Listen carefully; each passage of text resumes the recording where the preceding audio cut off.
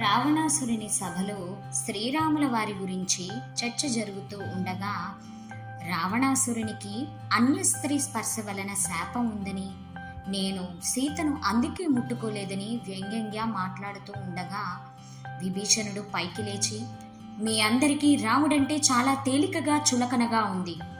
ఒక్క విషయం జ్ఞాపకం పెట్టుకోండి. కుంభకర్ణుడు కాని, నికుంభుడు కాని, రావణాసురుడు కాని, ఇంద్రజిత్తు కాని, మహాపార్షుడు కాని, మహోదరుడు కాని వీరెవ్వరూ కూడా రాముడు జోలికి వెళ్ళలేరు అన్నాడు.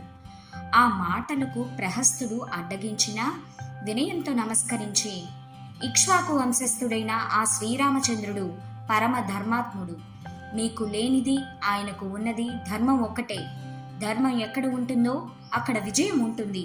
ప్రహస్త, నీకేమి తెలుసునని మాట్లాడుతున్నావు?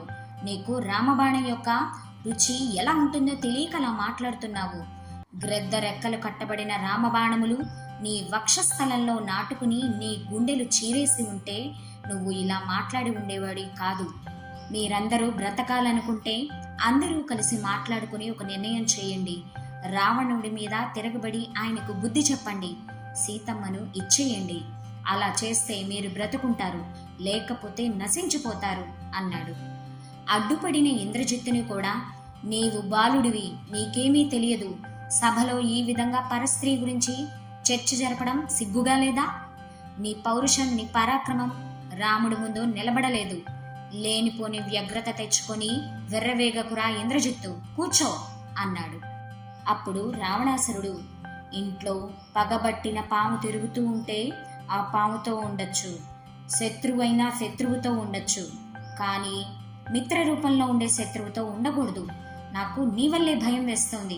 నీవు నా తమ్ముడివి కాదు, నీవు నా శత్రువువి అన్నాడు. అప్పుడు విభీషణుడు, అన్నా, నువ్వు నాకన్నా ముందు పుట్టిన వాడివి, తండ్రి తర్వాత తండ్రి లాంటి వాడివి కనుక నిన్ను రక్షించుకోవాలనే బుద్ధితో నాకు తోచిన సలహా చెప్పే ప్రయత్నం చేశాను. ఒకవేళ నేనేదన్నా పొరపాటుగా మాట్లాడి ఉంటే క్షమించు. నేనిక్కడ ఉండడం వల్ల నీకు భయం ఏర్పడుతోందని అన్నావు. నీ కీర్తిని నేను ఓర్వలేకపోతున్నావు అన్నావు.